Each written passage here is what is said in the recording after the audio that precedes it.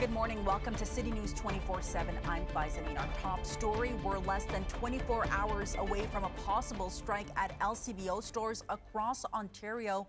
As the union says they are still far from reaching a deal in negotiations with the province, our Caryn Ceolin joins us now from Liberty Village with the latest on what potential strike action could look like, Caryn.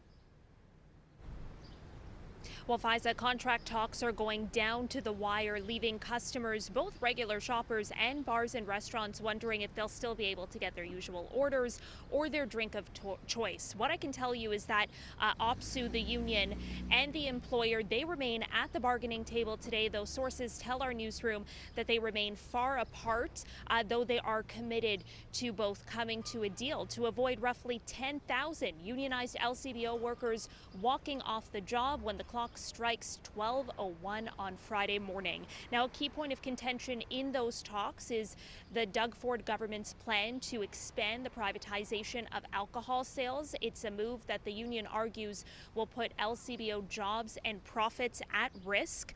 And while the union wants to curb the degree of privatization, some shoppers, however, tell me that the job action could actually be counterproductive by giving the public a chance to seek out alternatives.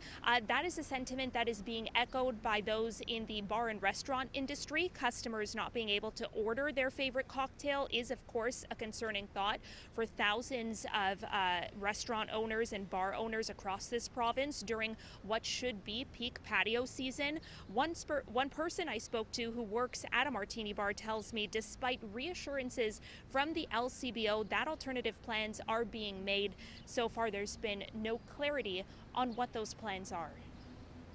I work at a martini bar, so we buy a lot of small bottles of Figling vodka there, so that could potentially be a problem. We can't afford to do large purchases, so we have to do runs to the store. It'll be a case of buy as much as we can, but because it's a small bar, we don't have a lot of budget. So it'll be a case of trying to find alternatives.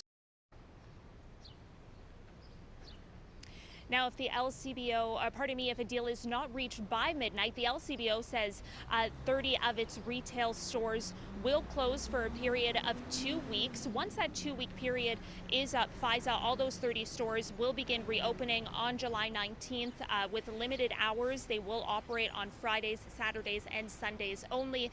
In the meantime, in the event of a strike, however, shoppers can continue to purchase alcohol online as well as private retail stores. So grocery stores that are already licensed to sell alcohol, as well as the beer store. If you are hoping to sip on a stiffer drink this summer, however, the sale of hard liquor that would stop in the event of job action.